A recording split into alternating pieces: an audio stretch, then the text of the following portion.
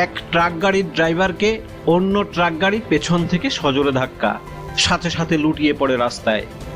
বিলোনিয়া যান সন্ত্রাস যেন কিছুতেই রাশ টানা যাচ্ছে না। নিয়ম মাফিক আজ মঙ্গলবার সন্ধ্যা 8:30 নাগাদ দক্ষিণ ভারত চন্দ্রনগর গ্রাম পঞ্চায়েত এলাকার ট্রাক ড্রাইভার সন্তোষ দে সারাদিন গাড়ি চালিয়ে সন্ধ্যায় বাজার করে পায়ে হেঁটে বাড়ির দিকে রওনা দিলে বনকর বাজার থেকে কিছু দূর যাওয়ার পর গ্যারেজ টিলার কাছাকাছি জায়গায় গেলে পেছন থেকে TR03C1528 নাম্বারের 12 চাকার একটি ট্রাক গাড়ি পেছন থেকে সজোরে ধাক্কা মারে। সাথে সাথে সন্তোষ দে লুটিয়ে পড়ে রাস্তায়। এলাকার যুবকদের সহযোগিতায় খবর দেওয়া হয় বিলোনিয়া অগ্নি নির্বাপক দপ্তরকে। অগ্নি নির্বাপক দপ্তরের গাড়ি তৎক্ষণাৎ ঘটনাস্থলে ছুটে আসে এবং নিয়ে যাওয়া হয় বিলোনিয়া মহকুমা হাসপাতালে। বর্তমানে তিনি বিলোনিয়া মহকুমা হাসপাতালে চিকিৎসাধীন অবস্থায় রয়েছেন।